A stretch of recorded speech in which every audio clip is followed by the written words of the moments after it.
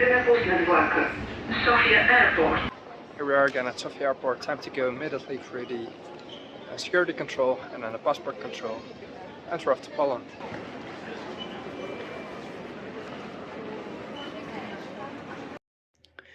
Good evening from rainy Wrocław in Poland. I'm in this lovely hotel called Podróżowanie, and here for 40 euros I'll be spending the night. For this double room, including breakfast, that's a pretty fair price.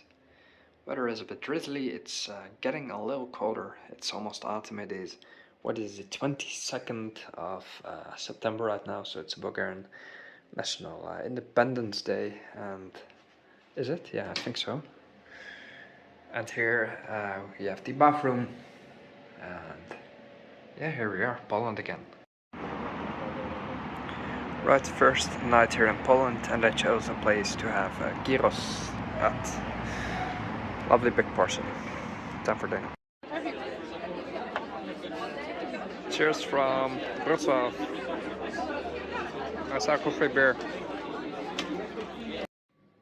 Right, good morning. It is time for breakfast here in Poland.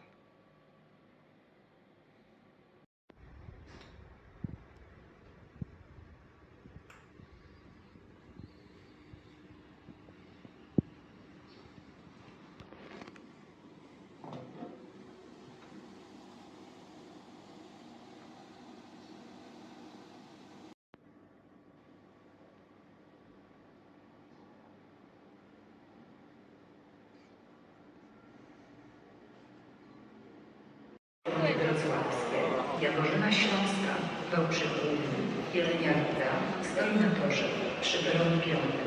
Planowy odjazd pociągu o godzinie 9. Przyspieszony pociąg kolejowy śląskich Ryszard Szurkowski do stacji Młynek przez stację Oleśnica Jakaje stoi na torze 3 przy peronie 2. Planowy odjazd pociągu o godzinie 9:24.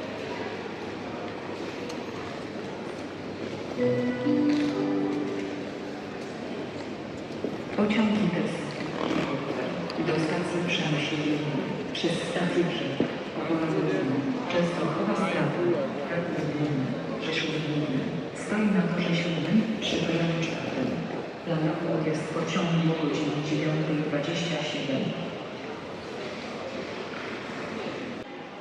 Alright, I'm at the train station again, and in about 20 minutes I'm going to take the train to Świdnica, which is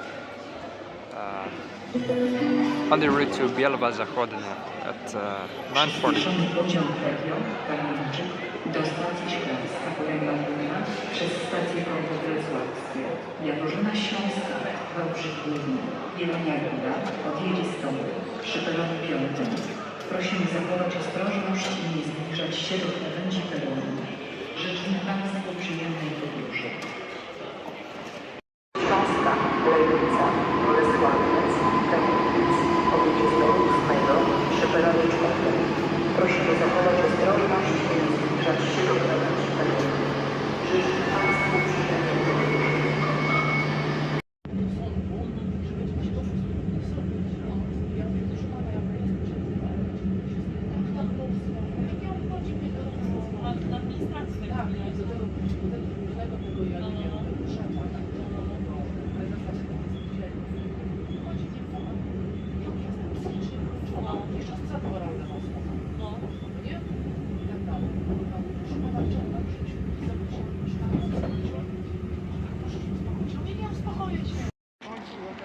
Right, good morning from Poland. I've arrived in the city of Świdnica here, which is a little bit to the southwest of Wrocław, on the way to the Czech Republic. Not necessarily sure if I'm going there yet. And as I'm sitting here in Świdnica, or Świdnic, the old German name, when this was part of Prussia. Before that it has a long history as well, part of the Habsburg era, and before that Piast, Poland. A long history if you look up the Wikipedia page of Świdnica. Region famous for bears as well, apparently. Świdnica has the Cathedral of Saint Stanislaw and Wenceslaw, and the tower here of this Gothic cathedral is built during the 16th century But there was a church since the 1300s already. The tower is the tallest in the whole region of Silesia, or Slanski, as the Polish say, I believe. It is 103 meters tall. Can you believe that?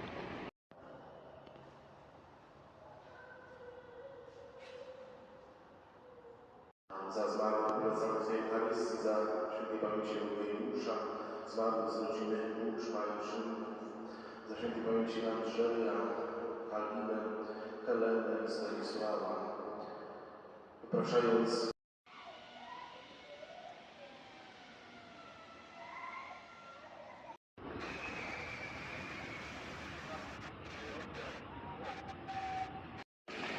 So yes, Świdnica is quite a historical city. It was once part of the Habsburg Empire, before that a part of several dynasties. The Habsburg Empire as well. Second World War happened. Before that was even part of Prussia. And after the war, the Potsdam Agreement made this part of Poland.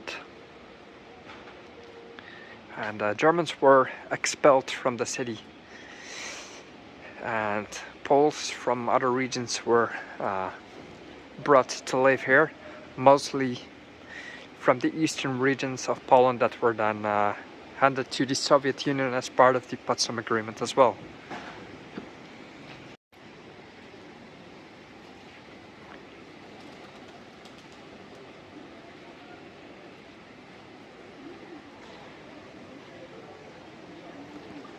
So yeah, what we see here is a sort of column standing here. It has a Latin inscription. I don't know what it says exactly, but it does refer to some German places like Zinzendorf by the Ernbrunn. So we can just see that back in the day, back in the day, this was all sort of Prussia, Habsburg Empire-ish. A long time ago, but Poland is an extremely historical place. It just goes back so long that it's hard to start reading about it because you go down such a rabbit hole.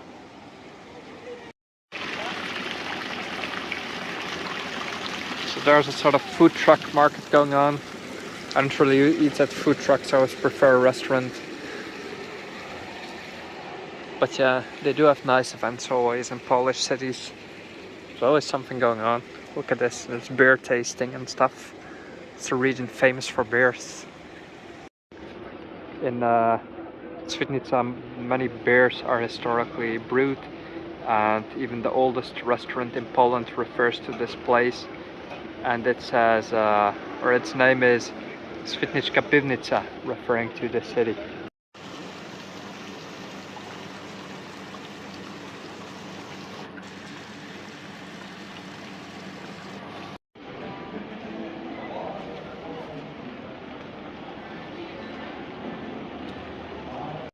I'm here in the restaurant Guacamole in Świdnica. I'm going to get tacos for lunch. So this Mexican restaurant here in the middle of Poland serves tacos, burritos and whatnot, of three kinds. Beef, pork and chicken. Can I enjoy this? As many people know, Poland by now is my favorite country to travel in. So this is the lovely city park of Świdnica. Nicely renovated as well. Up to international standards, really. Lovely.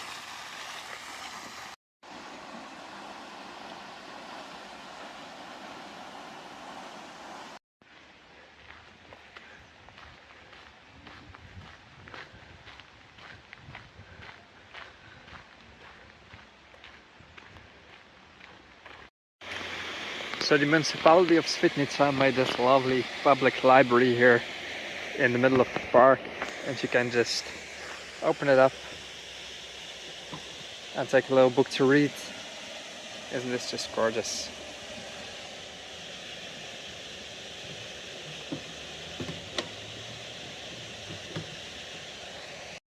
Świdnica, stolica polskiego boksu. Means Świdnica is the capital of Polish boxing, so do not get in a fight in Świdnica. or in Poland in general for that matter, because the men are real men. Lovely old station building here. It's German architecture. You can clearly see this was built when this was still Germany. Could be the station of Nuremberg, for example, same type of architecture I believe, or Leipzig perhaps. So I'll take a train to the next town. Let's go. Right, here's the train to the next city. Let's go.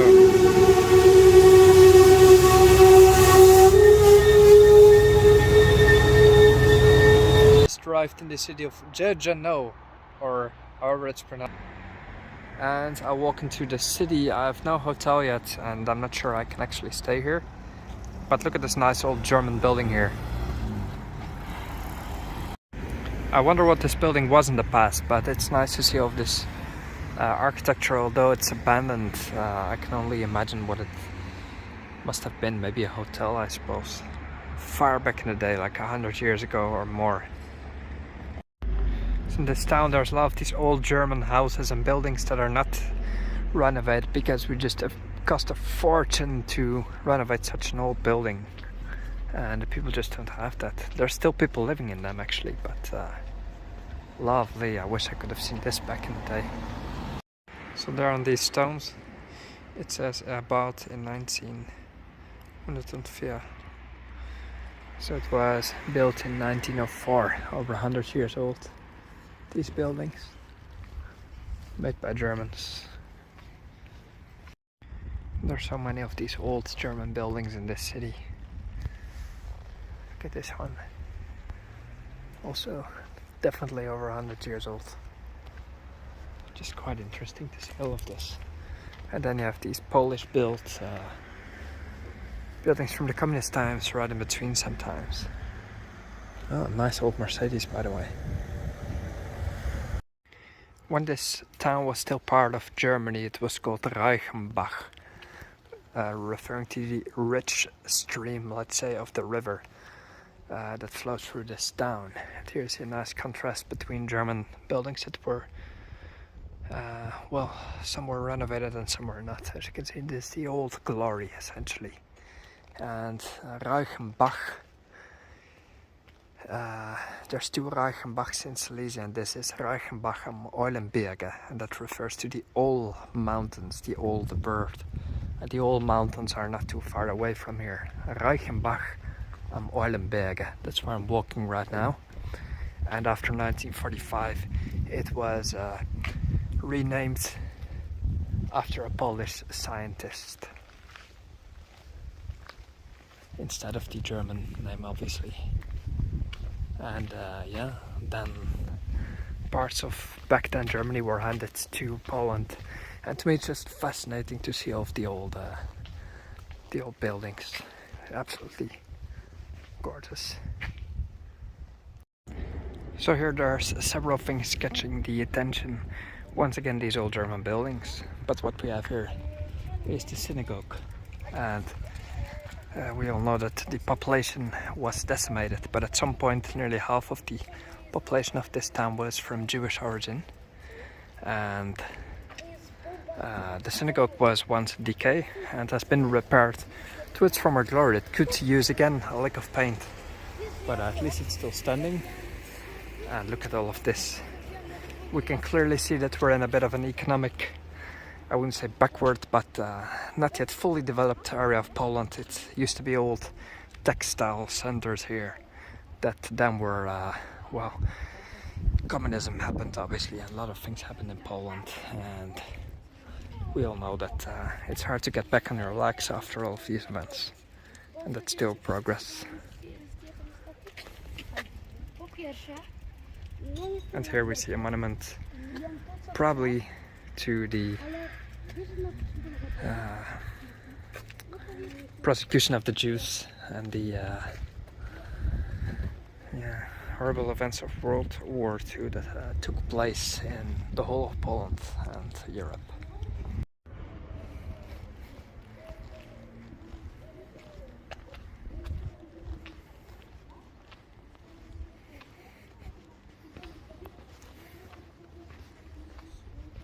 Fascinating to see this all in the bit of a decaying state. I love that.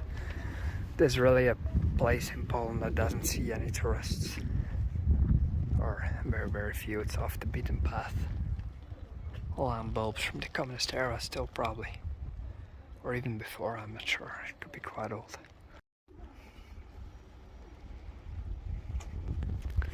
And yeah, the town that I saw this morning, Świdnica, has been renovated for tourists. And if you use your imagination a bit, you just saw perhaps the separate video of Świdnica, the square, the cafes and everything. And here's how that looked everywhere, because this is the square of the town I'm in right now. Here's how that looked everywhere in Poland before these renovations, these massive renovations started, and squares were turned into pedestrian-only areas, and then it started flourishing. Some tourism came, some hotels, and then it just takes off, you know. And here that hasn't happened yet.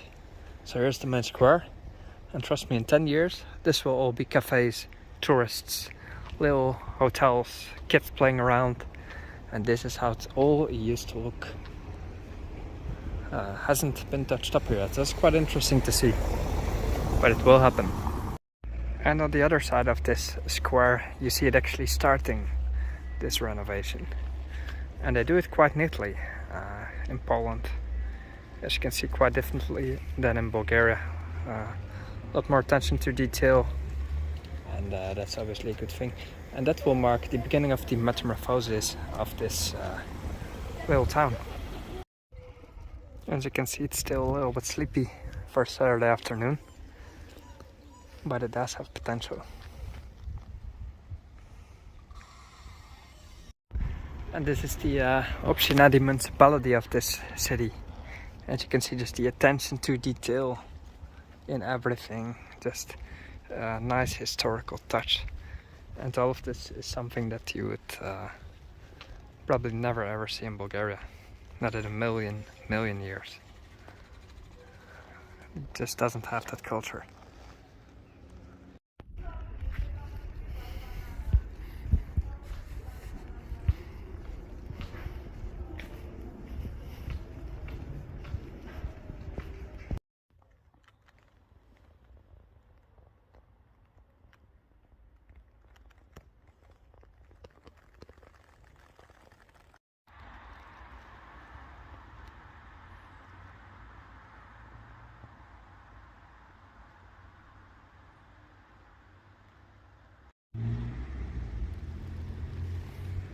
Some more of these awesome old German houses.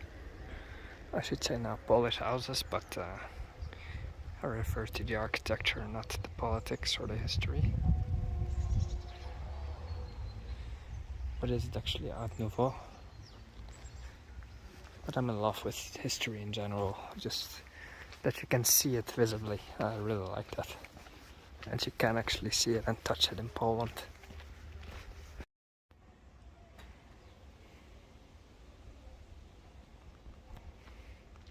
Again, another very nice one. I think this is Jugendstil style, is it? Which you see a lot in the city of Riga, in Latvia as well. I see a lot of buildings like this. I love it.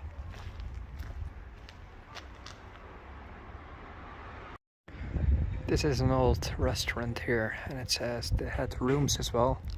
German text, not yet painted over, and it says Einfach Bier. Just beer, so they used to be a sort of beer house, and you can see all of these old texts. Oh, I love this so much.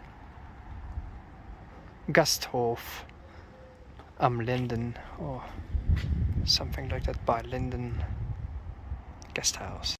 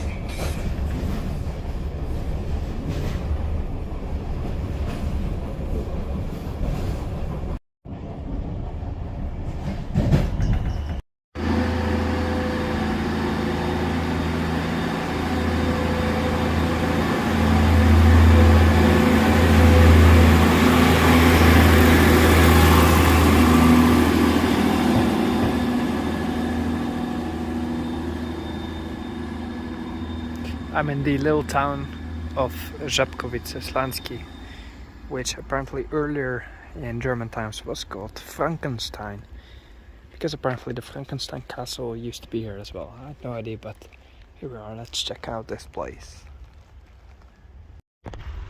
Ząbkowice station in the same architectural style as the station of Wrocław. I'm just 63 kilometers south of Wrocław, but I took a sort of detour and I've still seen quite a lot for just one day. I hope to find a place to sleep here. So I'll try one of the 2 hotels there are here. Typically I just walk up and ask for a price, and if it doesn't work out I just move on to the next little city by train. I do try to find something before sunset. I'm trying to do a bit more slow travel instead of packing in too much and reading up a bit more about the history of places, because I do feel I pass by too many things, and I just try to slow down now. I think that's better. It's another place where you see a bit of the older touch of Poland. What we have here is a sklep odzieżowy. In Russian, одежда is clothes, so it's a clothes store. Polish, it's apparently odzież. And we have a pociągiem, where you can buy pierogis, these old nice buildings. And owoce, warzywa. Owoce is fruits, owoce in Russian.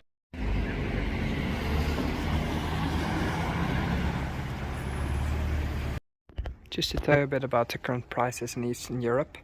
End of September 2023, I was just at hotel and restaurant Na Skarpie here, and nice view, let's say, quite near the center of town. But look at the surrounding area. Here we go. And that's not to say it's unsafe or anything, but it's a bit grand drop, you know. It will get a lick of paint, but whatever. I was commenting about the price, and they asked for a single room excluding breakfast, no breakfast included, 280 Polish zloty, which is 140 leva if I'm not mistaken, 70 euros. In a small town in rural Poland. So typically what I say is, it's outside my budget, sorry, I'll just walk out. And sometimes they say, okay, we'll do it for less. Sometimes they say, no, well, sorry.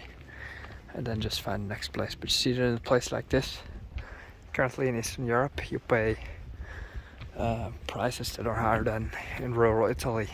Twice as high sometimes.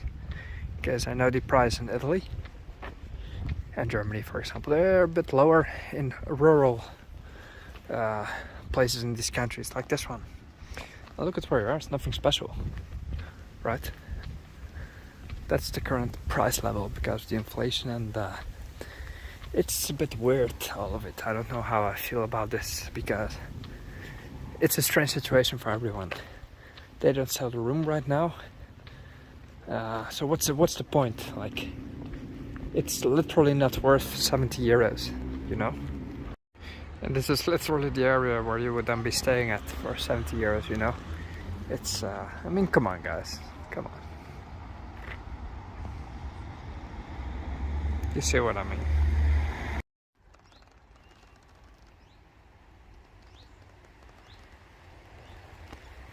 It's a bit of an interesting place, I have to say.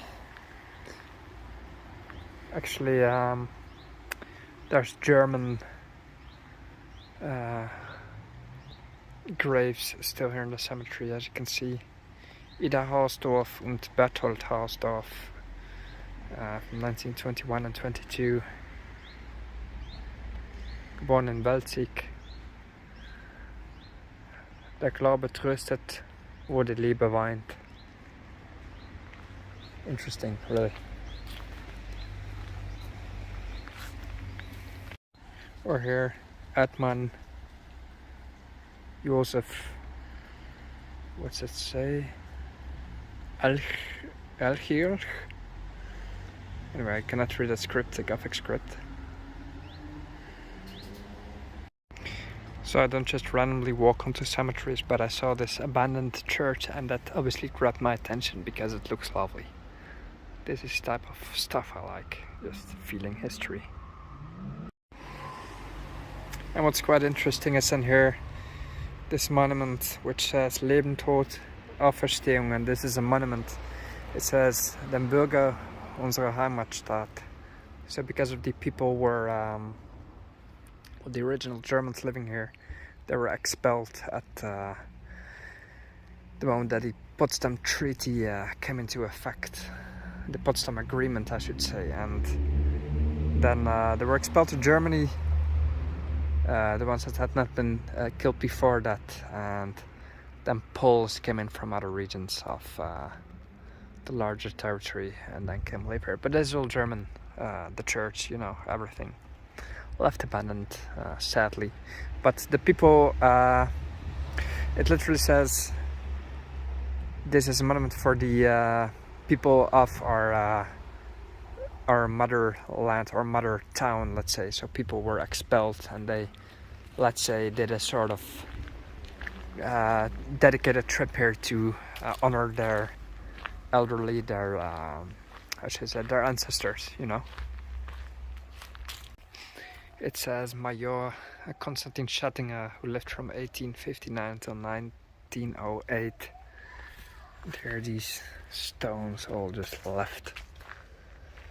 And their families live on in modern day Germany. It's just so strange how world history runs and how events just turn up people's lives completely.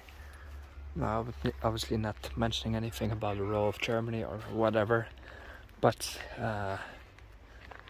you know, things just take radical turns, and then 80 years later, or what is it, almost 70, you just walk around here and this is all that remains. Even though people lived in that time when it was still German, after it became Poland and people passed away, they were still put on this burial site, because here, for example, it says Mik Kazimierz Wilhelmina. So you have Kazimierz, which is the Polish name, and Wilhelmina obviously still referring to German names. This person might have been a Slav married to a German. I have no idea honestly, but the person passed in 1960, and then this was Poland, you know. Isn't it just remarkable? Europe, to me, is such a fascinating place. It just never ever fails to amaze me. Perhaps it's just me, but you know.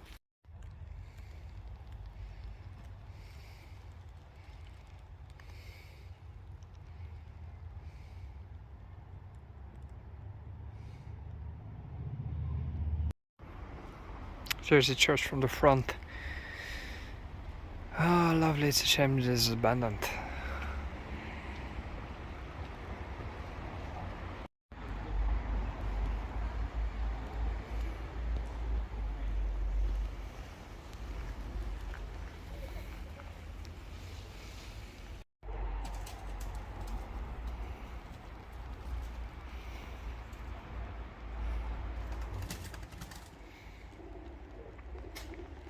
So yeah, as I said, it is the old city of Frankenstein, and here we see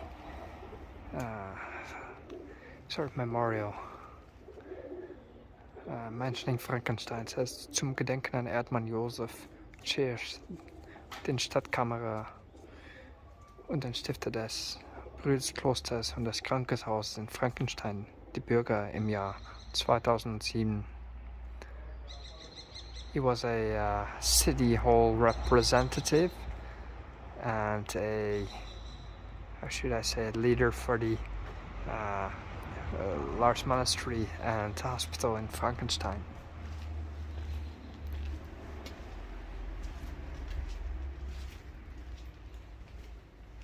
Oh, that smells nice, like a real church.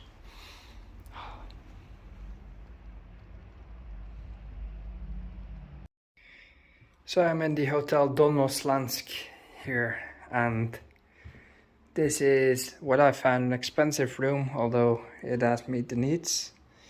It's a bit dated, but it's clean, nice and quiet. This costs 210 Polish zloty, including breakfast, for a single room.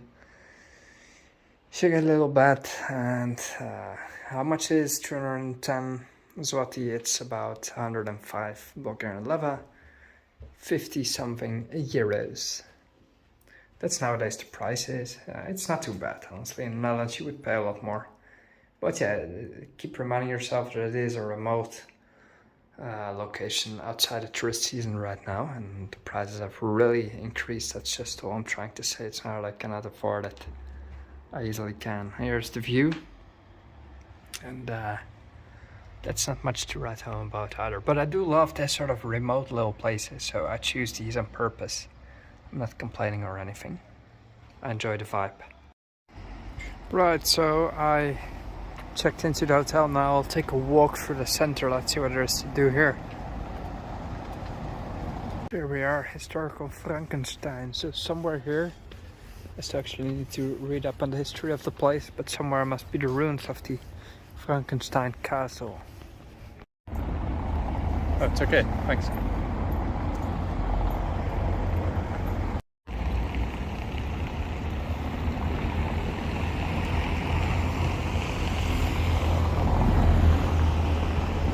So I suppose this is the city hall then, not quite sure. I'm in the Silesian Pisa right here, because here's the leaning tower of Ząbkowice here. And you can see the upper part is not leaning. It was rebuilt at some point because the city built down during a fire. And they took the occasion, while the tower was still standing, they took the occasion because they were rebuilding everything to reconstruct the upper part of the tower. Obviously it will not be possible to reconstruct the lower part, because then you would need to demolish everything. In any case, horizontally there's 2 meters difference from the lower part to the upper part. A little bit about the history of Frankenstein. It was once part of Piast, Poland at some point, also the Hungarian Empire. It was part of Bohemia as well, so let's say the Czech Empire back then. And it at some point had the plague epidemic, which was in the 17th century, right? And a third of its population died, and that has been said to have inspired the Frankenstein story, or at least some of the events related to the plague epidemic.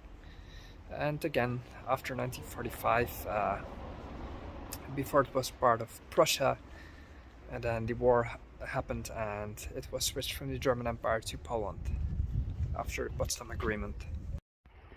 And here's an old abandoned German church. We can still see it was built at some point in 1825, because it's written right here, or 1895, not sure. Anyway, lovely. So apparently this right here is the Frankenstein castle, or at least what's left of it, as it's mostly ruins. Still quite impressive what it must have been sometimes. So this is the castle and the town that inspired the Frankenstein story.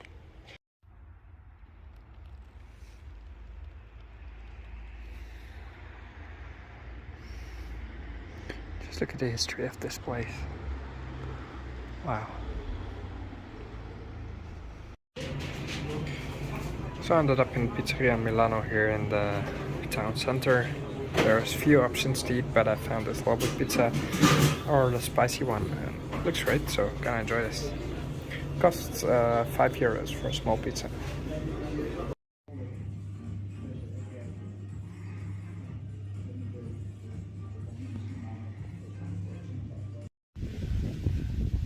Good morning from Ząbkowice. I'm going to the train station and then moving on to Lotsko and towards the Czech border. That's how the route will probably go today. That's how the most convenient and first trains are, so that's probably what I'll follow. The park here around the city walls is quite nice. I have to say the hotel was bad. Turned me off a little, like when I have to start the day without a good coffee. There was no milk. You have to ask for everything. Is there some milk for the coffee? Food was a bit poor. You do still really get the bad place every now and then, even in Poland. But I guess it's just the old vibe still of the communist time still lingering on a bit in the most remote regions, where you just sort of have a, I don't know, how it used to be. It will modernize at some point. Walking towards the station again, past these real nice houses. Probably from some 100 years old. Relatively nicely maintained. Anyway, I'll be taking the train towards Zdrój. I think I have 2 stops in between, or 2 places where I want to get off and look around a bit. At the end of the day, the plan is to make it towards Zdrój and then walk across the Czech border. I'll see if that's eventually what I'll do, but it seems the most logical way to do it right now. Just to remind you that the end of my trip will be Bratislava, Slovakia, and from there I'll fly back to Bulgaria. So I have about 4 days left to make this tour.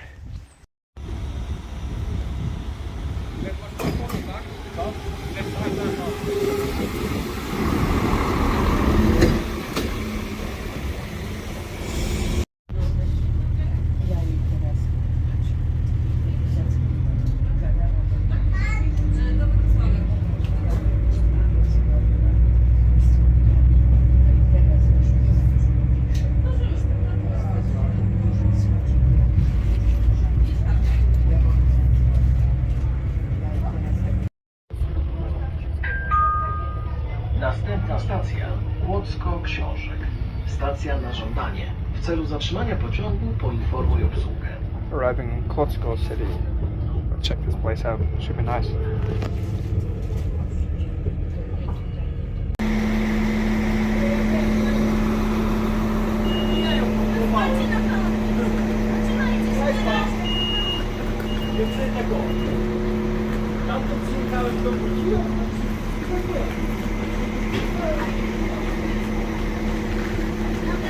Here we are, Kłodzko.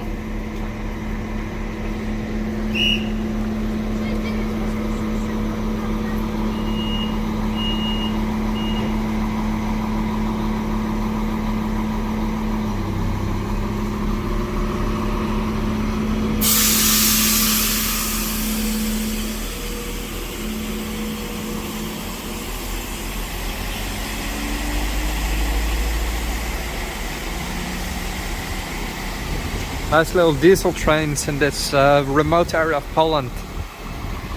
Okay. Just arrived in the city of Kłodzko right here, which is something I was initially thinking of skipping, but I'm glad I didn't, because there's lots of these little corners and nice buildings here that I like to see.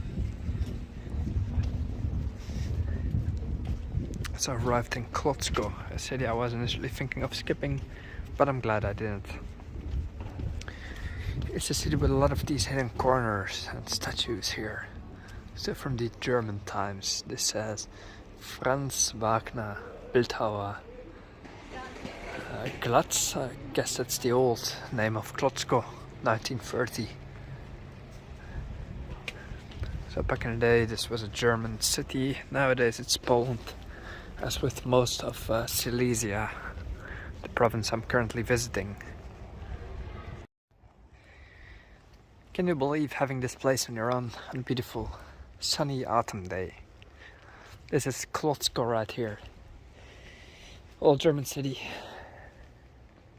And right now this is southern Poland, quite close to the border with the Czech Republic. We can indeed see that this is all written in German. The city has a lot of statues. It says im Jahre 1714 von der Bürgerschaft errichtet Renovatum 1874. So this was made by or financed by the citizens of the town in 1714, renovated in the 19th century. Oh, lovely place, guys.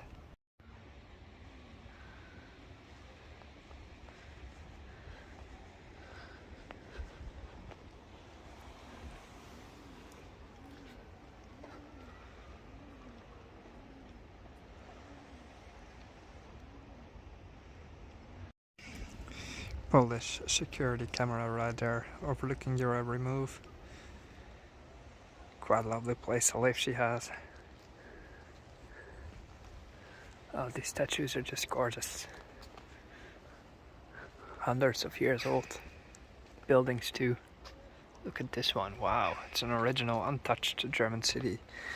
Normally if this was in Germany this would all be polished up or destroyed by the war, but this is untouched pretty much.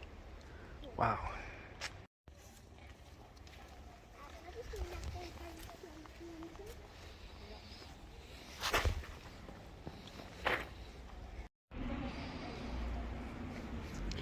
I was just about to say what a lovely city this is, and then I stepped into this soft bowl of dog poo, and you can see here I walked on without noticing and nearly slipped.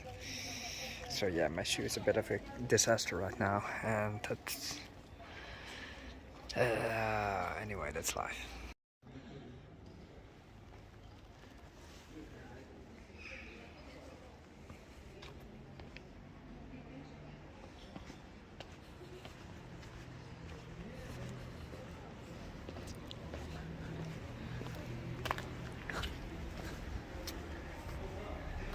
Virginie salutate, it says. It's seems like a well-maintained statue. I have problems always reading this German and Gothic, because it's also old German, Gothic script. Sankt Josef steht auch hier, dieweil in aller Schier zu Platz besonders leben und hat bei Verkehrszeit. Anyway, I cannot really make too much of it. It is nice though, isn't it? So many statues in this town.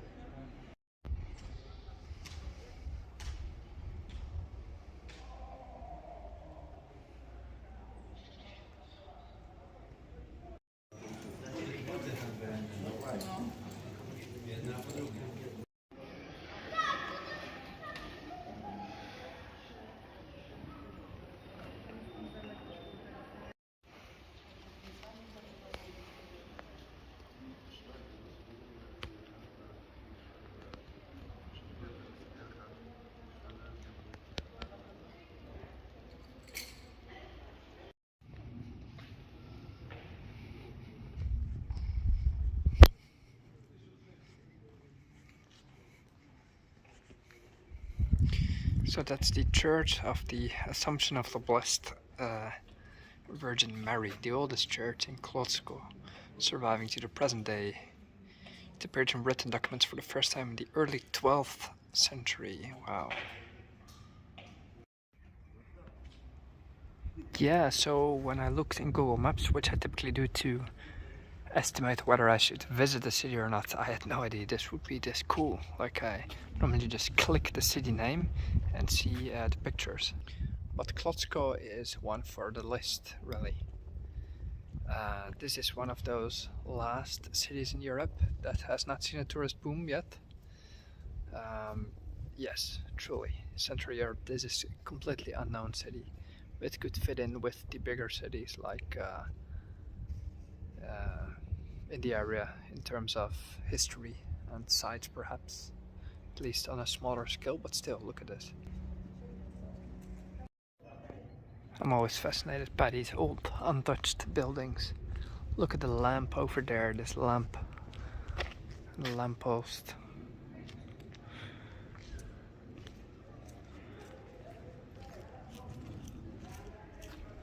It's a bit like a time warp, and it transports you back to the early 19th century. This is how all German cities used to look back then. Only the window frames are now replaced. Used to be wood, now it's plastic. But the rest of the building completely untouched. This always fascinates me.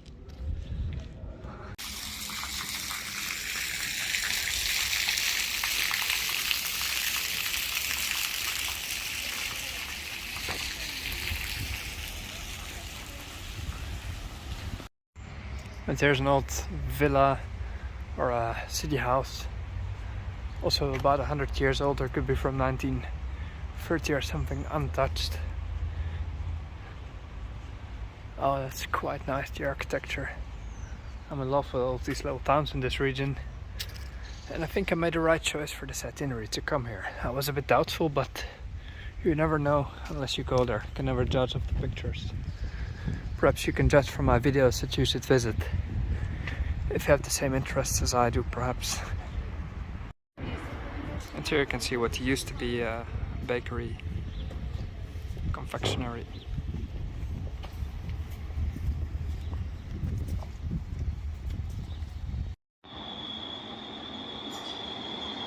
Next destination, Duszniki-Zdrój on the Zdrój River. What's up on the train?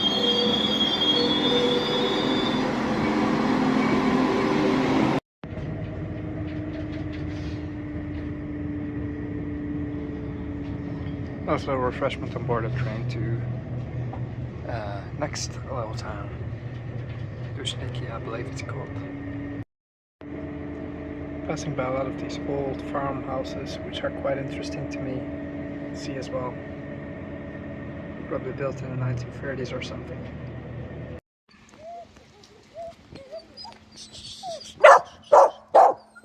Spokój!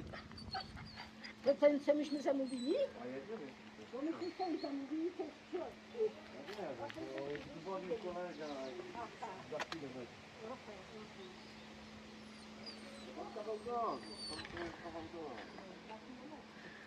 There's this lady and she's going to the sanatorium, but she needed some help with a suitcase and it's quite far. So now we help with I called a taxi which is coming.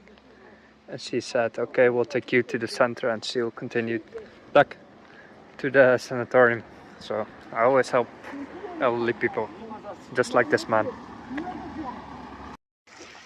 So yeah, the elderly people, they can always count on my sympathy. So this lady, she started chatting to me about where is Sanatorium Chemik, and I said I have no idea. Looked it up on Google Maps, and I said, listen, it's quite far, it's 2 kilometers. So I can manage to communicate. I only speak Russian, but I can make some mix of Slavic languages. People here don't really speak Russian, so that's not very helpful. Not even the elderly generation. It's quite opposed to Russia in a political sense, always has been. And nonetheless, we could communicate a bit. She was very sweet and she said, okay, let's try to call a taxi on the signs. It didn't answer on her phone. And it was so sweet how she was just putting the numbers on this phone with these huge buttons, but it didn't work out. So I tried to call with my phone and gave her the phone. And she said, yeah, I need to go to the sanatorium. Taxi came and she said, listen, we'll drive you to the center and I'll continue to the Rynek. And then I said, all right, thank you, lady. And we were in the taxi. I got off at the square and she gave me a high five. Just sweet people, always sweet people. So I like to help, especially ladies with heavy suitcases. I never walk past, never. So Duszniki-Zdrój is actually a spa town, renowned for its mineral waters here that are used to treat various illnesses, such as the lady. She said she can't walk and she was pointing to her back, and in that case people are often admitted to a sanatorium for a week or 2, which must be quite lovely, and then to relax and recover, make use of these healthy mineral waters. And it is said that Frédéric Chopin had some condition that he was cured of at the age of 16. Frédéric Chopin was here in Duszniki, and he had obviously that helped in establishing the reputation of this town. But it's since 1769 there is actually official spas here.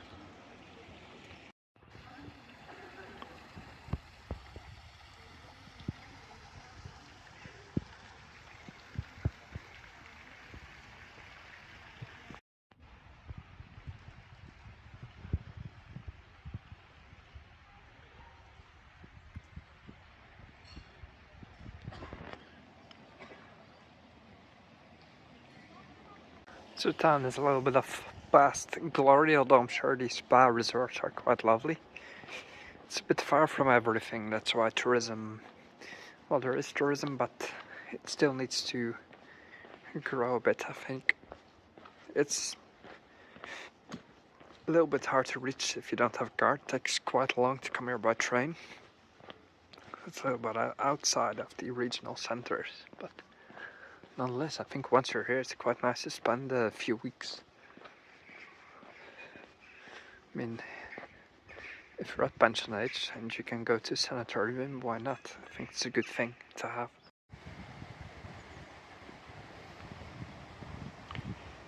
Tak, barszcz, czerwony, proszę. Czysty do picia.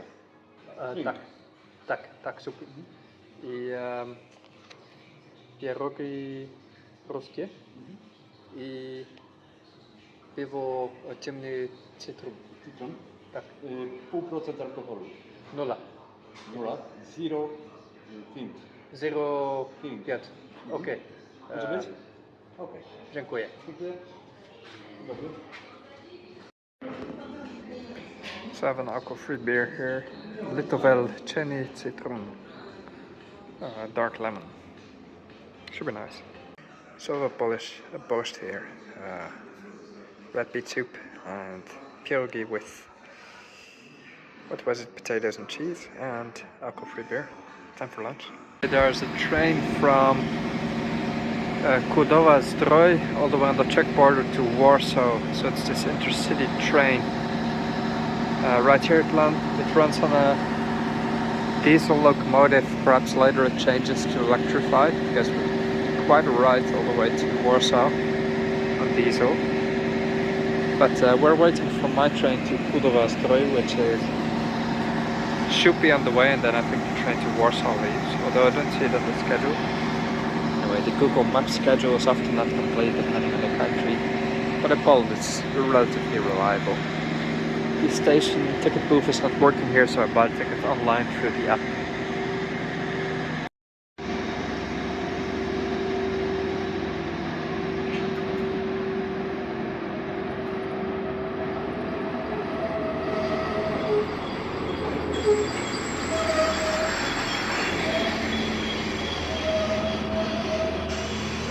Right, let's hop on the train to Zdrój.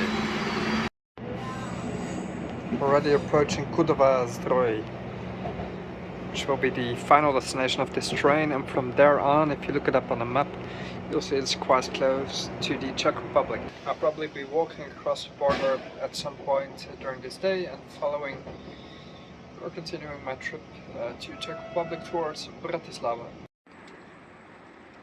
Apparently this right here is the city hall of Zdrój. I'm walking to the center again. It's a sort of spa town, so I will not be taking a hotel here. I'll try to get to the Czech Republic by night time, maybe find a hotel there. Right, so I'm getting to the town center now. It's time for another cappuccino from Żabka. That's typically where I get my coffees, because they're relatively good and quite affordable. Cheaper than a sit-down cafe. The Poles typically stop for the zebra crossings. That's also because the police are quite active and the fines are high, I believe. So this is one of those destinations, such like Gdansk, let's say, Gdynia and Zakopane, where the Poles spend their vacations. As you can see here that there's people, there's groups and families all enjoying themselves in the park here in the spa town. So it's a nice late summer. It is, what is it now, the 4th of September already. Still gorgeous weather. It is a little chilly. I didn't bring a jacket. I just have this Adidas jacket underneath, the leather jacket. Leather jacket I bought second hand from a store in Świdnica. It costs just 20 euros, 40 lava. White leather jacket, actual leather, so that's a gorgeous thing. It's completely clean, just like brand new. I love it. So I'm in the park with my cappuccino from Żabka. I'm just trying to plan a bit how I will walk towards the Czech Republic. There's several routes. I guess I'll just go for the easiest one. There's sort of bike lane. It's a shame I don't have a bike or an electric scooter I can do part of the ride with. I think it will be quite a while to the town across the border, but the weather is fabulous, so I guess I'll just go for it, guys. I just have to comment on these Żabka stores. They're absolutely everywhere in Poland. And then in every town you have them in a lot of streets. And I was just wondering, can I get alcohol-free beer or something? And just 200 meters from the previous store, there's one right here. And they all work from like 6 in the morning to 11 in the evening. And they have good coffee, they have alcohol-free beer and snacks, meals and hot dogs. Always warm hot dogs available. And I'm just very impressed how this is available everywhere in Poland. At any given location. Just wonderful. So I got a nice alcohol-free beer for the walk. And now I turn around. In this little spot down here we have a grand city park, nicely maintained with all of these flowers. This makes me think a bit of the trips to Czech Republic, Slovakia, Poland with my parents 20 years ago, and we were visiting such towns for the very first time in the heart of summer, and just gorgeous.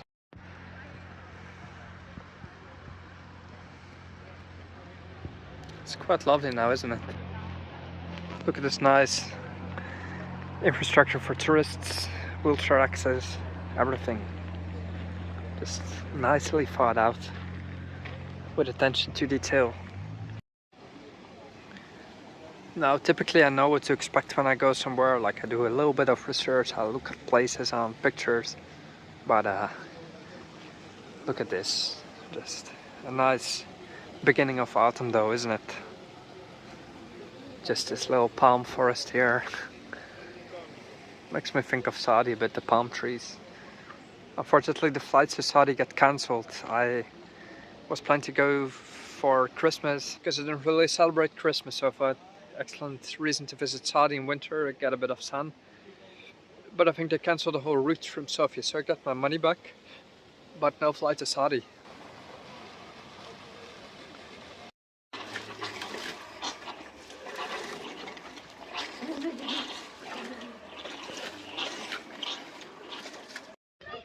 Right somewhere at the end of the park, and I decided I'll walk to the Czech Republic, and I have 6 kilometers to the train station.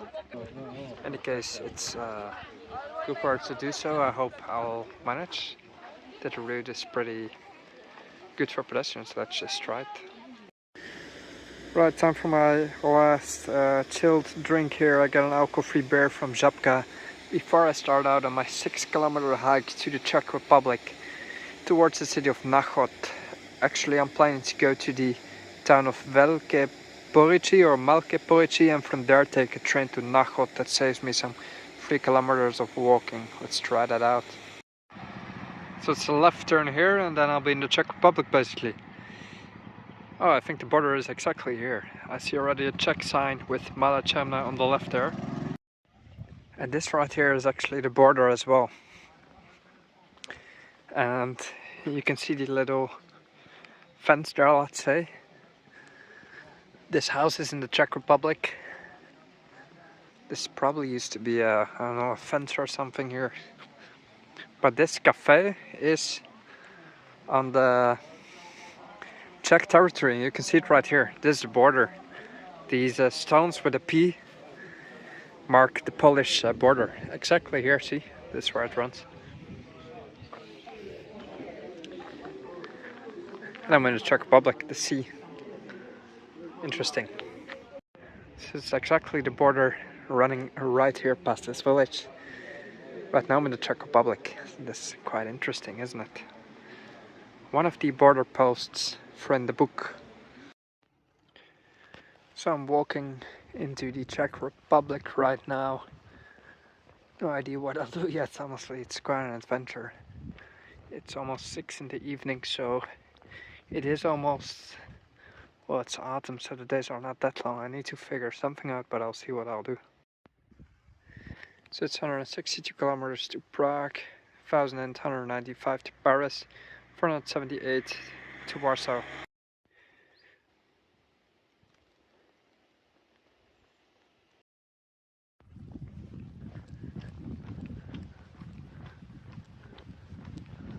I walk quite fast always, so that's not a problem, but the problem is always the darkness, so you need to be on time somewhere.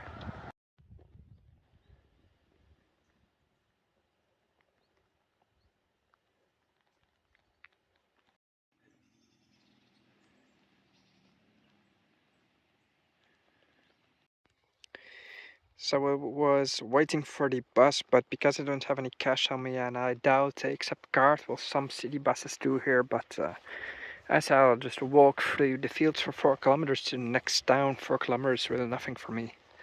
And I know that from experience I always end up somewhere, and in the end, well, there is actually trails. I'm not just walking through grass, you know, a little bit right now, but there's actually marked paths here. And I'll make it to the town, and we'll see. Little deers there, staring right at him. There they go. So I do think it was a pretty good choice just to walk. In 2.8 kilometers I'll make it to the little town and the station. I'll have some dinner, try to find a hotel. So yeah, it always ends up quite adventurous, but it always works out.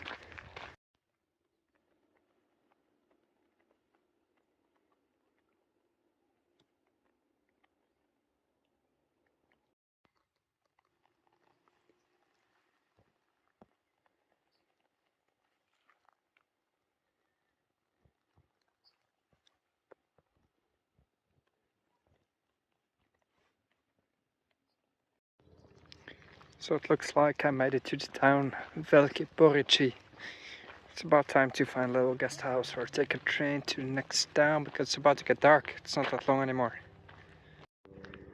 But this was a nice walk, I have to say. I think I walk at least 20 to 25 kilometers a day, which is quite much, but I'm used to it. I'm in good condition now. Nice old farms everywhere, the fields I really like.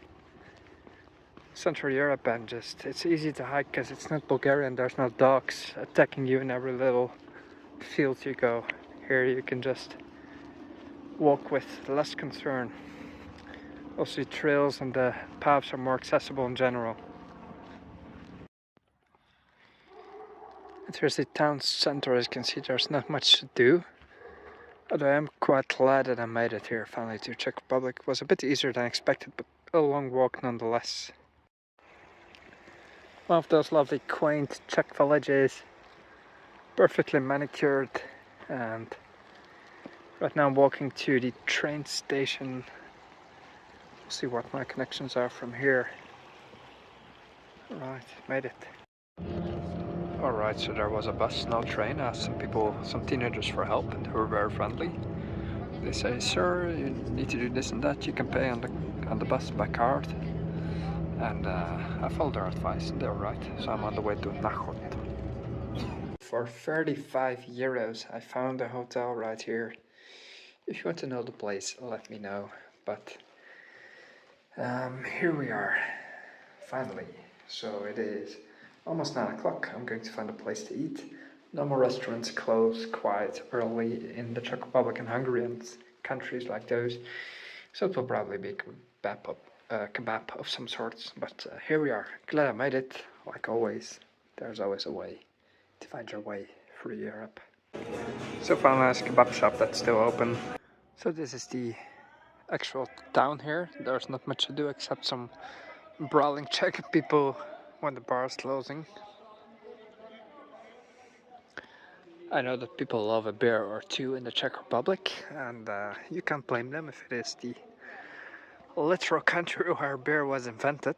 So anyway, my hotel is right there, u města Prahy. In the city of Prague, it means, I suppose. Města or mesto is a city. Miasto in Polish, grad in the more East Slavic countries.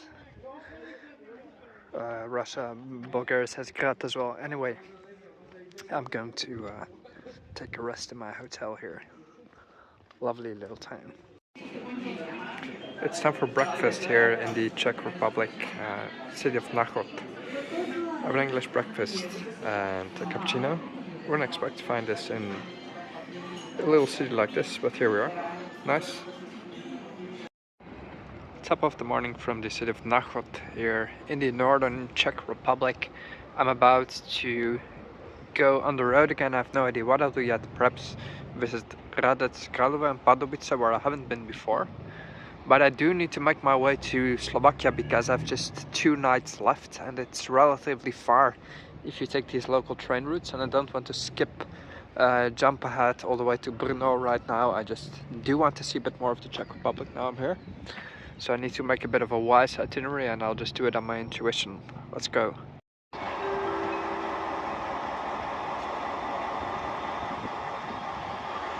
So apparently there's a train to Hradec Králové which was not on the schedule yesterday or on the timetable, but sometimes you just walk to a station and see a train that you did not predict otherwise, so let's go.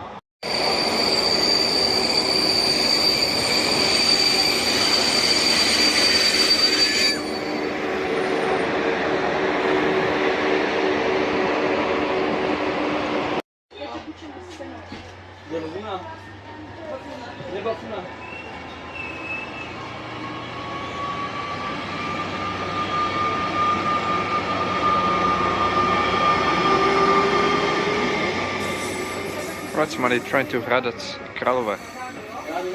Let's go.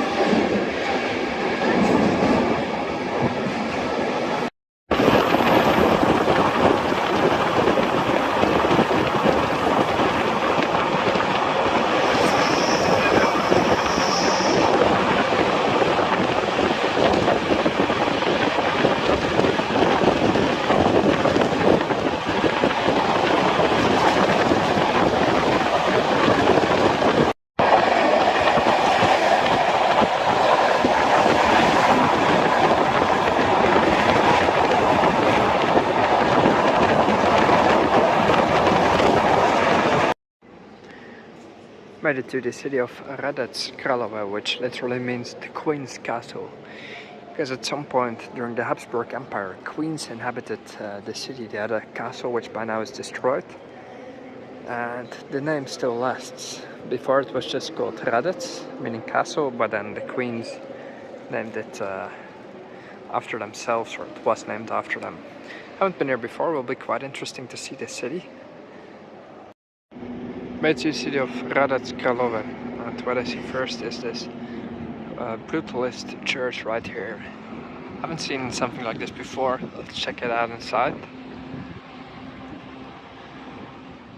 It's a huge concrete monster. Nice.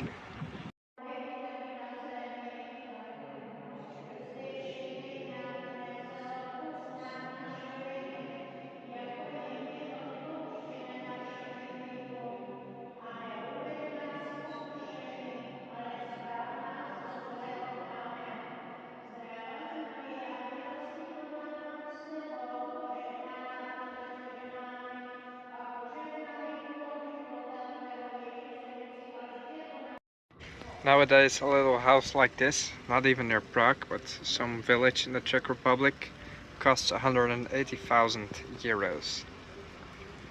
And this then would be, I don't know, 120, 130,000. Same here, and you can just see how the prices go really skyrocket in the Czech Republic.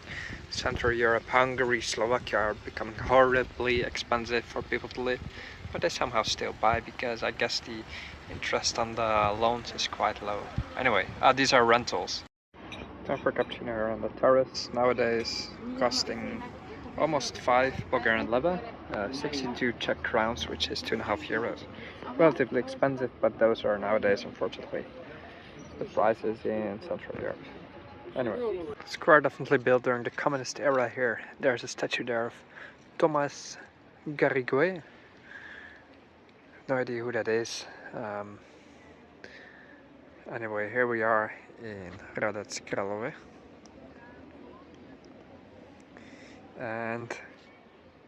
What am I going to do? I'm going to walk into the center. It is today Monday, so it's relatively quiet in the center. After this, the plan is to go to Pardubice, so I can cross that off my list as well. And then I've seen all of the major cities of the Czech Republic except Plzeň, which I still need to go someday. The place where beer was invented and where the name Pils comes from, obviously. But yeah, that's for another day, another itinerary. It's not really on any route I'm planning. And the rest of Czech Republic I've seen a lot, but yeah.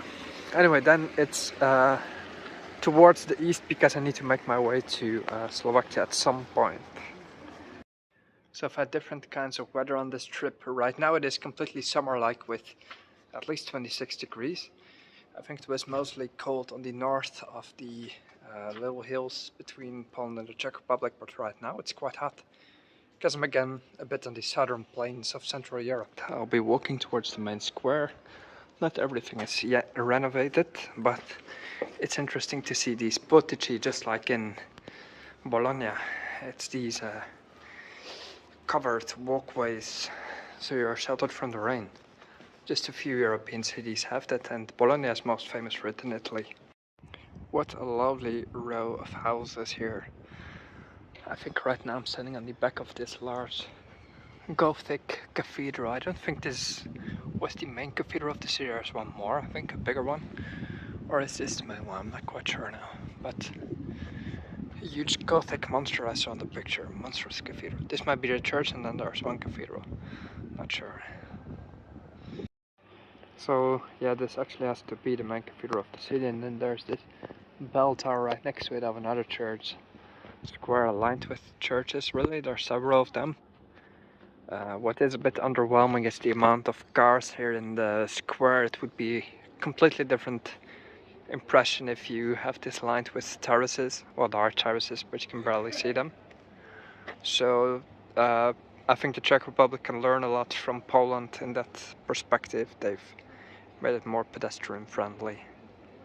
Here it's still quite car centered. I guess that's a thing they also have from Germany, where it's exactly the same.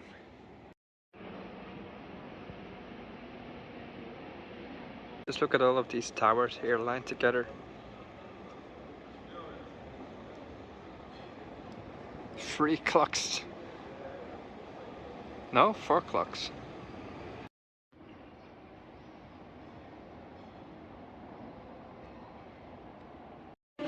So for lunch today, I don't know if I'll think anything more than this, but I'm starting off with soup. I didn't know it was a soup actually. It's called kuřecí na paprice or kolinka, and kolinka are these little pasta things in the soup. But so apparently I did get it right, because the soup was just the bramboračka, and that's good because I have a huge appetite and I was thinking of ordering something else. So now I have the actual kuřecí na paprice kolinka, which is this, and then the kolinka are these sort of Czech spaghettis, these pasta things. So time to enjoy this with alcohol-free beer. City park here in Hradec, and this park at the end is the confluence of the Elbe and the Orlice rivers. So the Elbe coming from Germany, the border, and from Wrocław, I believe. And the Orlice, I'm not quite sure where that goes, but anyway, lovely park. And here's a wooden church, which you would probably see a bit more up the hills, maybe a bit more east in the Czech Republic. I haven't really seen it. And in the southeast of Poland you find such wooden architecture, but I think in the Czech Republic it's more rare. It's also a bit common in Slovakia, but here's a nice example. So I just looked in Google Maps, and actually this is the Greek Catholic Church of St. Nicholas, so that's something I wouldn't expect right here. I don't know the whole story about this church, but it is something quite uncommon, I believe. It's closed unfortunately, I think.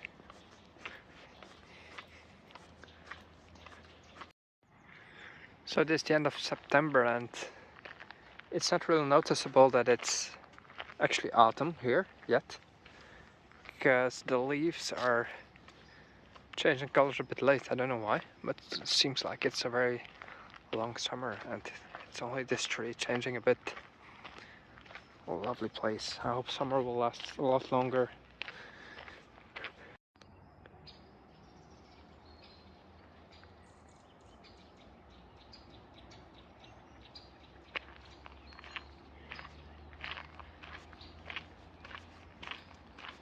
Because of the places I visit as well as the times that I never ever meet any tourists anywhere. It's always like quiet. It's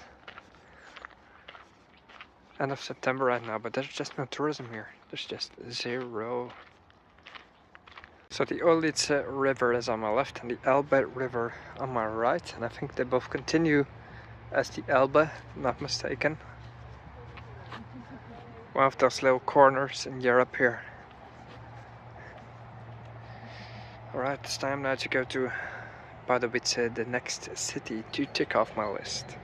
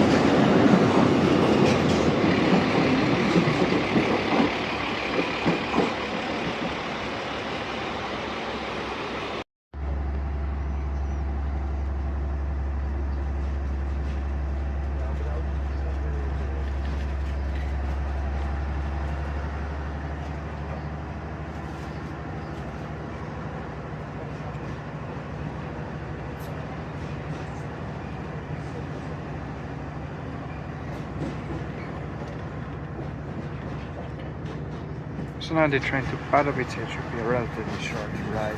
It's just in the next city. I've just arrived in the city of Pardubice, and what we see up there is an old railway map of Czechoslovakia with all of these special cities and sites in what used to be one country, as you can see. Quite interesting.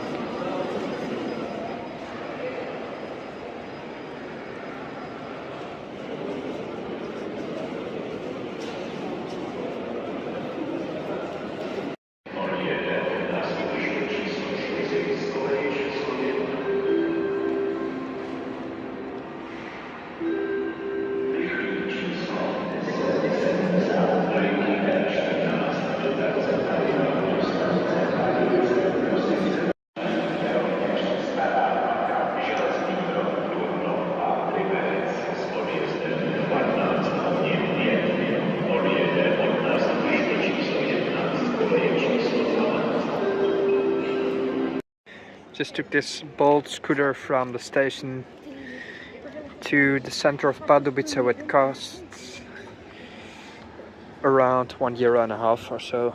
It's quite a long distance to walk, but here we are. Let's explore the city a bit. It looks nice, weather is fabulous, it's suddenly really hot. We expect 27 degrees tomorrow, which is quite insane because I bought a leather jacket just 2 days ago. Anyway, it's always how it is. First impression is this huge city gate right here. Now that's what you can call an entrance to a city. It's quite incredible. So here's the main square of the city of Pardubice in the Czech Republic. And this must be one of the best places in Europe to have a beer. Not only because it's in the Czech Republic, country of beer. Second, because it's quite a spectacular square. Look at it. Wow. That is lovely.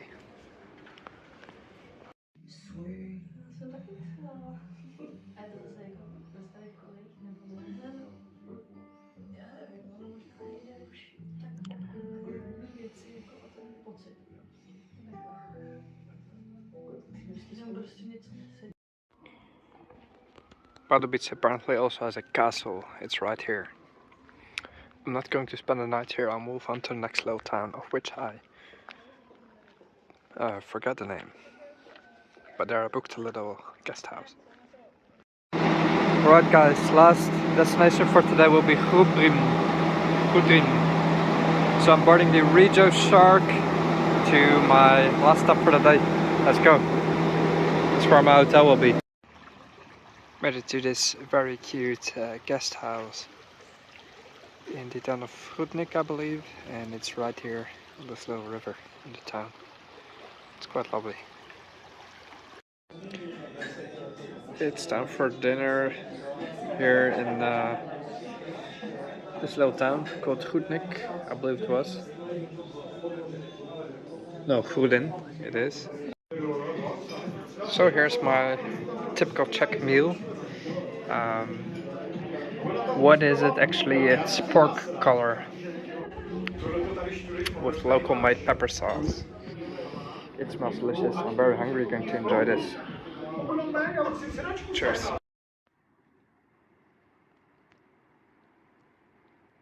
Right, so now I'm walking through the center of the town, and I'm glad I actually got to see this place, because look at this cathedral. It's quite impressive for such a little town, especially. So it's something I wanted to see, and I should have moved into the country a bit further, because tomorrow I have quite a long itinerary. I need to make it at least in the direction of Slovakia quite fast. It would be better if I flew back to Sofia on Wednesday evening, but it's actually Wednesday afternoon, so it basically cuts your day entirely.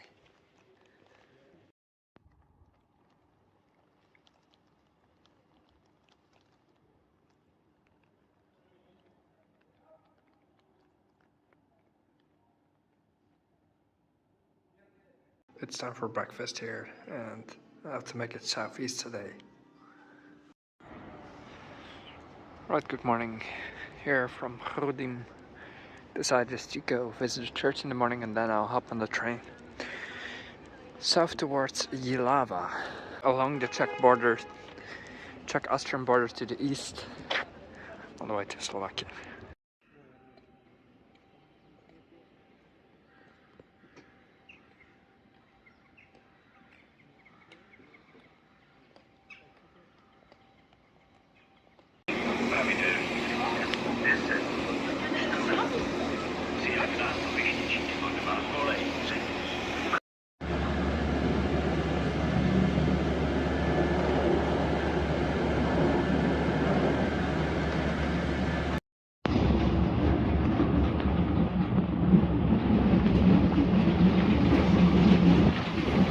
So right now, I'm up to the section of Flint, I believe, and we go south through this natural park towards Havlíčkův Brod.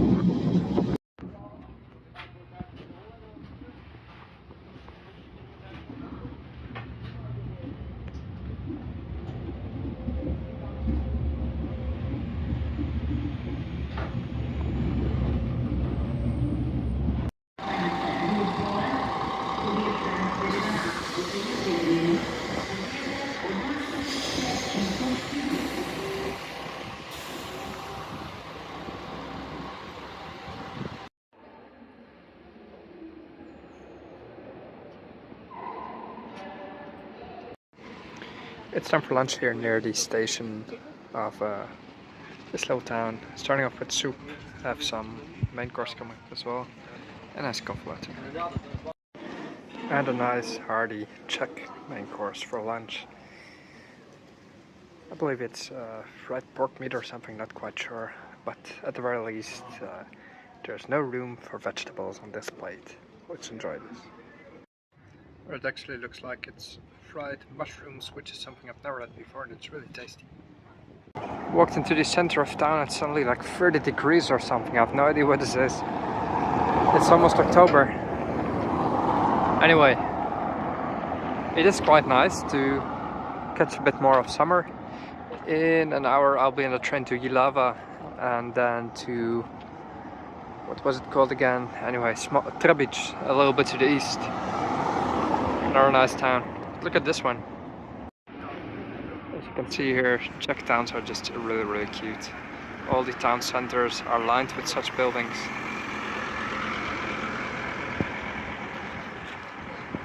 And it's nothing short of Italy when it comes to architecture. Like in its richness, I mean, variety. Look at all of these facades.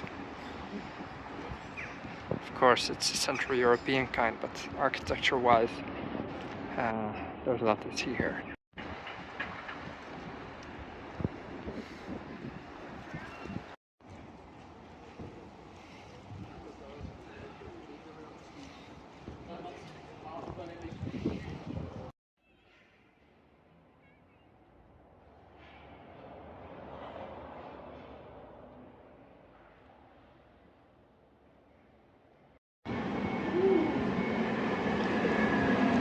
Here's the train to Telč, which I'm taking now.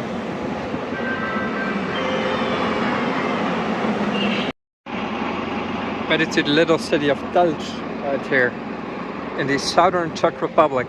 There's another train to Slavonice, which is on the border to Austria, but I don't want to go further south. I need to go really east towards Bratislava because I have 200 kilometers left to Slovakia and I'm still quite remote, so that will be a little bit tricky. In exactly 24 hours I'll be flying, so let's see. And just like that, I've arrived here in Telč, which has to be one of the more romantic little towns in the Czech Republic. It's at the bus station asking for the next bus to Trzebic. I want to go a bit east. And the time on one schedule didn't correspond to another. So it's a bit hard to get around here, and especially because people don't speak a word of English or German, nothing. And no Russian obviously, so you can only rely on some younger people, which are not many around, on a normal school day during the week. So yeah, it's not easy to get around. Maybe I should use Google Translate more when I ask questions. Anyway, nice town, didn't want to skip it.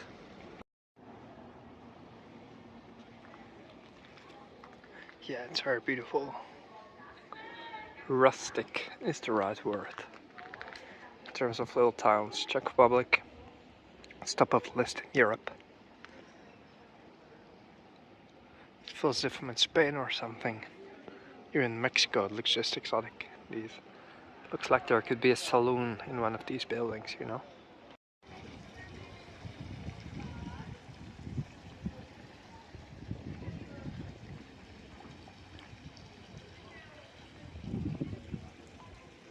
It is a totally different region than Silesia in the south of Poland.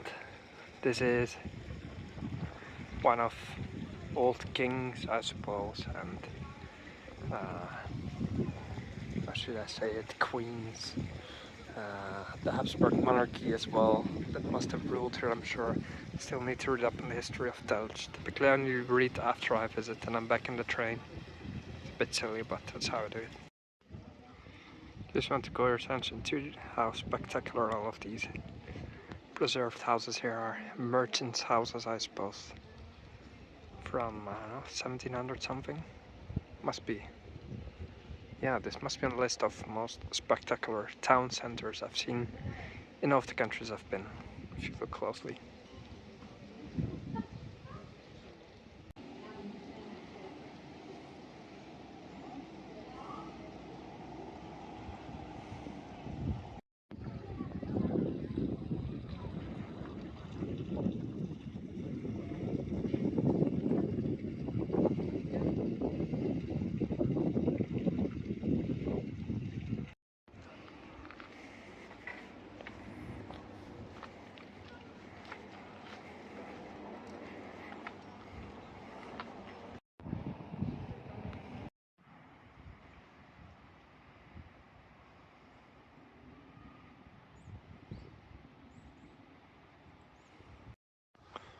Right, so now I have half an hour to make it to the bus station, and depending which was actually correct, the lady and the TV schedule, the TV screen with bus schedule and or the actual paper schedule, depending on that I'll miss my bus or not. So obviously I hope it's a paper schedule, which says I have more time. If not, I already missed my bus. I need to re-improvise something, still need to find a hotel. It's 4:30 in the afternoon, as you've already seen. I never find hotels before quite late, so it should be fine again.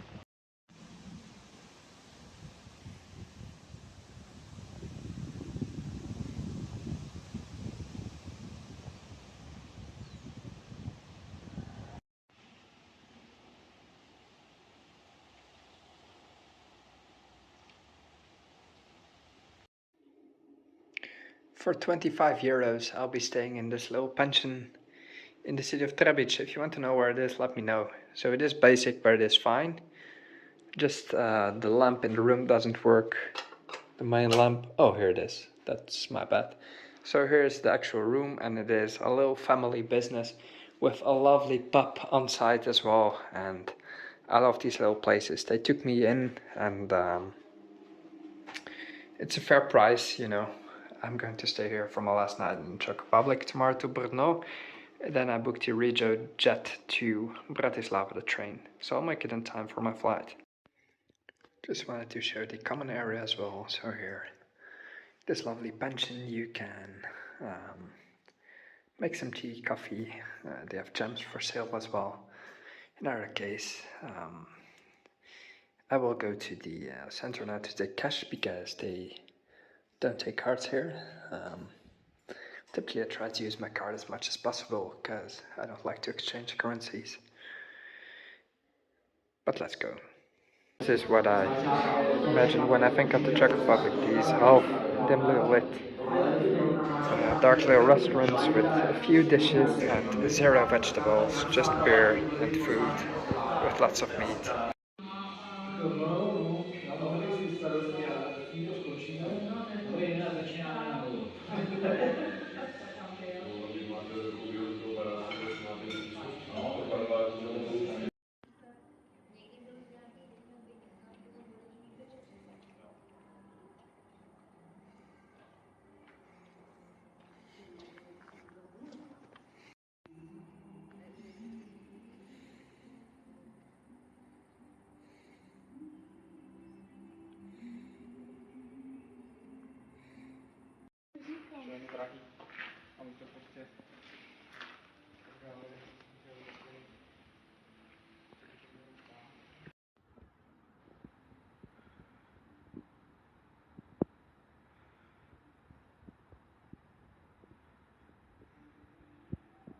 To znamená, že musíš vzít svoje peníze, třeba těch 250 Kč zaplatit ze svých. Tak se to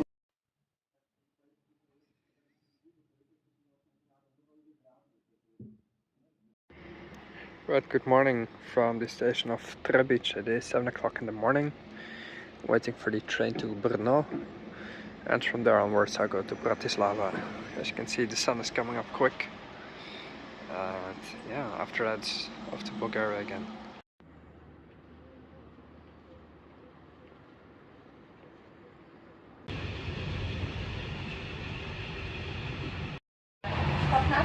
Czech railways have sort of cabin crew with drinks and treats.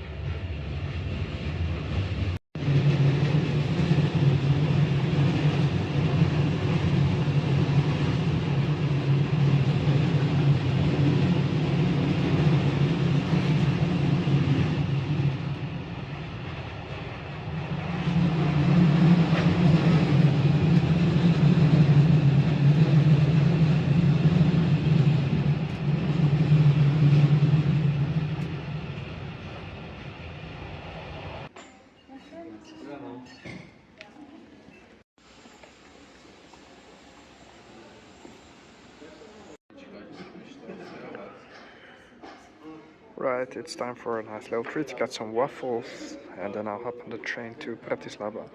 I was actually in Brussels last week for a business trip, and I have to say the waffles in the Czech Republic are better than actual Brussels, seriously. Waiting to see the platform for the train to Bratislava. in 10 minutes, and then it's off to Slovakia and then Bulgaria, so I see 3 countries in a day, which is more often the case.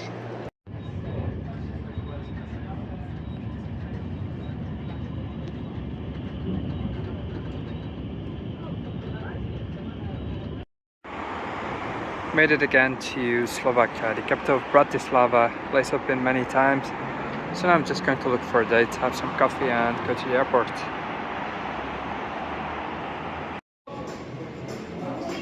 Got a miso soup and we'll have some gyoza as well for lunch and then it's off to the airport.